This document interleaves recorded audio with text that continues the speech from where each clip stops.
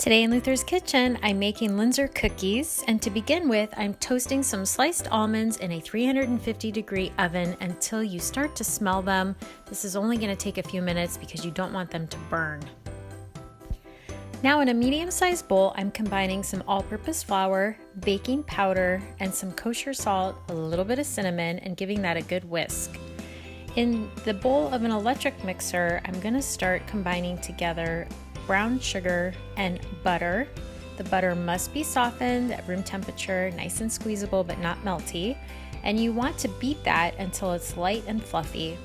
Now I'm going to add in an egg, some pure vanilla extract, and again beat that mixture until it's light and fluffy, always ensuring that you're scraping down the bowl. In the food processor, I'm taking some more brown sugar along with those toasted nuts, the almonds that are cooled. They've come out of the oven and they've cooled a bit, and I'm going to pulse those together until I get a very fine mixture, but be careful because if you over pulse, you're going to end up with almond butter. So it's not going to get as fine as almond flour, but you want this to be very, very fine, as you can see.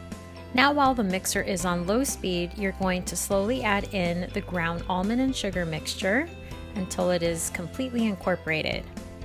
Next, it's time to add the flour mixture, and you're going to again put the machine on low speed and add a little bit of flour at a time until it's incorporated, but be careful not to overmix. As soon as the flour disappears into the mixture and it becomes a dough, you want to turn the machine off. I'm going to split the dough in half, so I've got 2 sheets of parchment paper. I'm getting all the dough off the paddle attachment and the sides of the bowl. And the reason why I'm splitting it in half is because when I roll it out, half of the dough is going to be the bottoms and half of the dough is going to be for the tops. Plus, it's easier to roll out half of this dough than to do all of it together. It's a lot of dough. And it's important that the dough chills until it's firm before you roll it out, because this dough is going to be a bit sticky. So I put this in the refrigerator after I split it and wrapped it in this parchment paper for about 2 hours to chill before rolling it.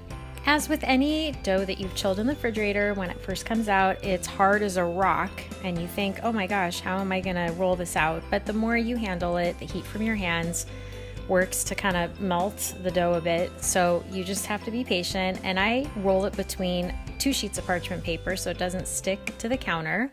And once the dough is about 1/4 to 1/8 of an inch thick, I know that it's thin enough to begin cutting.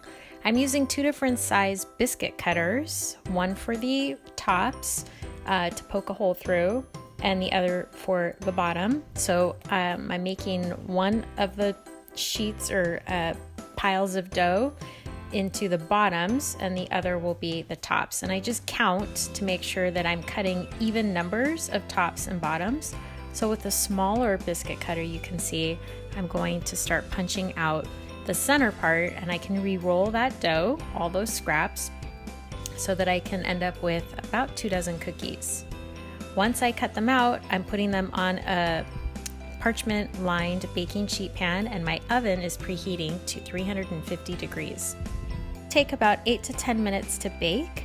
When they're fully cool, you want to sprinkle on some confectioner's sugar on the tops.